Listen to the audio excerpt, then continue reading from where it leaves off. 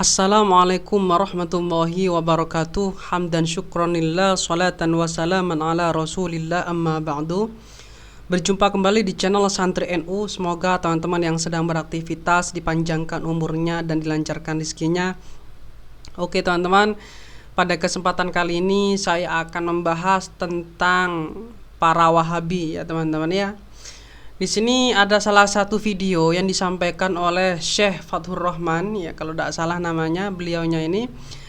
Musibah terbesar zaman ini adalah fitnahnya Wahabi, yang mana para Wahabi itu bertopeng dengan kata-kata Salafi ya, supaya tidak terkesan ya. Pada dasarnya mereka itu mengambil atau mempelajari seperti halnya pemikiran Muhammad bin Abdul Wahab ya, dan Ibnu Taimiyah dan sebagainya. Kalau orang dulu itu dikatakan Wahabi, mereka bangga ya, karena Wahabi itu sebutan terpuji bagi mereka. Beda halnya dengan para Wahabi yang sekarang, yang mana mereka tidak mau dikatakan Wahabi tapi ajarannya Wahabi ya.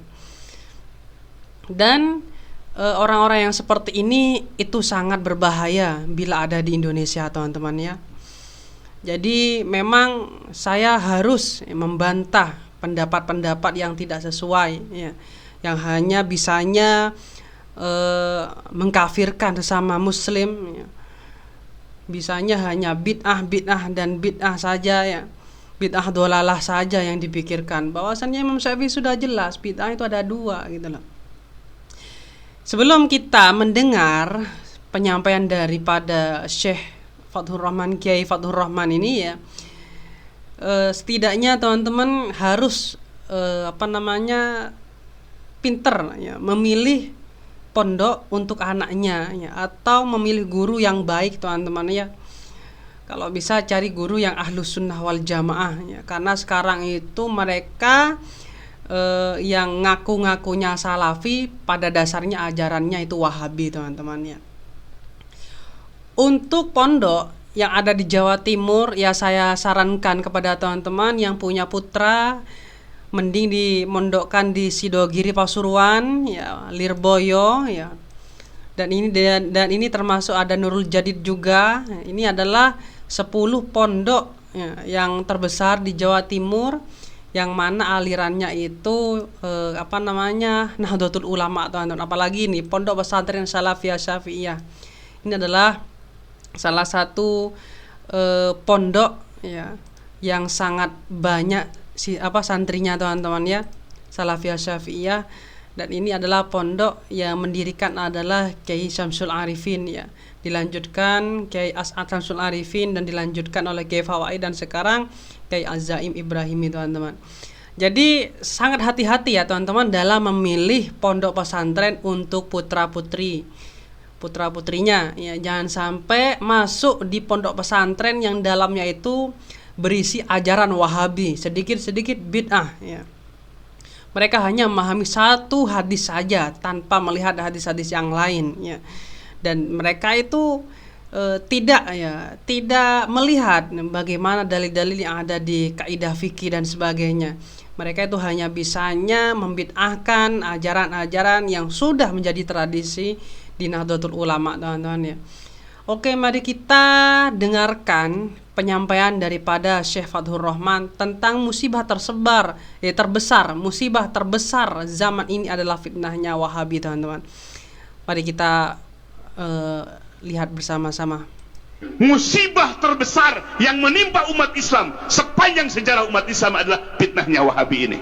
Maka sekarang Bapak Ibu sekalian, mereka ganti kulit, nggak mau disebut Wahabi, maunya disebut Salafi. Padahal paham yang mereka pelajari dan kitab-kitab inilah yang mereka pelajari semua. Jadi Bapak Ibu sekalian, ini sungguh memprihatinkan. Kenapa? Karena mereka menggunakan pemahaman seperti ini, pemahaman yang merusak, yang membelah-belah kekuatan umat Islam, yang memecah belah kaum muslimin. Kaum muslimin disebut orang musyrik, bahkan lebih syirik dibandingkan dengan Abu Jahal dan Abu Lahab. Nah, sudah jelas ya teman-teman ya. Mereka itu kaum para Wahabi itu tidak ingin disebut Wahabi, tapi ajarannya itu Wahabiyun teman-teman ya. Dan mereka juga suka mensyirikkan ya, atau mengkafirkan sama Islam ya. Yang mana syiriknya itu kata beliau lebih syirik dibandingkan dengan Abu Jahal dan Abu Lahab ya. Ini memang sudah fakta teman-teman ya. Jadi tetapi masih ada di Indonesia ini ustadz-ustadz yang memang dianya itu berpahaman Wahabi teman-teman ya. Sungguh kejam Bapak Ibu sekalian, paham ini. Bagaimana kalau anak-anak kita mesantren di tempat itu melahirkan orang-orang yang kasar, yang radikal seperti itu. Maka oleh sebab itu kita jangan kecolongan. Kita bukan memecah belah umat, tapi mereka yang memecah belah umat. Ya, saya setuju. Kita bukan memecah belah umat, tapi mereka yang memecah belah umat, yang bisanya hanya membid'ah-bid'ahkan, mengkafir-kafirkan sesama Islam. Kalau ada yang bertanya, ya, kapan yang bid'ah yang mengkafirkan? Pemahaman para Wahabi, ya, kata-kata bid'ah bagi mereka itu dolalah semua, tidak ada yang bid'ah hasanah gitu loh. Jadi kalau ada orang yang tahlilan, yang ziarah kubur, membaca Al-Quran di atas kuburan, lalu baca yasinan, lalu dan sebagainya sudah ya, termasuk maulid Nabi, mereka sudah menganggap hal itu adalah bid'ah dan bid'ah itu sesat kata mereka. Ini salah satu contoh penyampaian daripada para Wahabi, ustadz-ustadz Wahabi, yang mana mereka itu hanya bisanya membid'ahkan, mengkafirkan sesama Islam teman-teman. Dan ini yang akan memecahkan belah umat, bukan kita gitu loh. Oke teman-teman ya, sudah jelas teman-teman ya, yang disampaikan oleh Syekh atau Kiai Fathur Rahman, yang memang mereka itu tidak ingin disebut Wahabi, tapi mereka itu bertopeng dengan sebutan Salafi. Pada dasarnya ajaran mereka itu Wahabi teman-teman ya. Untuk pemikirannya itu mereka mengambil daripada Muhammad bin Abdul Wahab ya. Kalau dikatakan Wahabi tidak mau, tapi pendapatnya sering mengutip ulama-ulama yang tergolong Wahabi, diantaranya pendapat Ibnu Taimiyah dan sebagainya teman-teman. Sebetulnya mereka itu yang memecahkan belah umat, bukan kita. Di antara ustadz-ustadz Wahabi itu adalah Ustadz Firanda.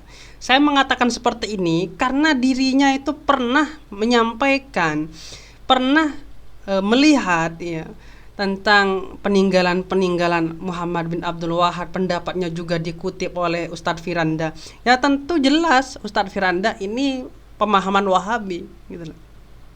Tapi anehnya mereka itu ketika menyampaikan suatu ilmu di majelisnya, kenapa mereka itu kok megang tablet, kok megang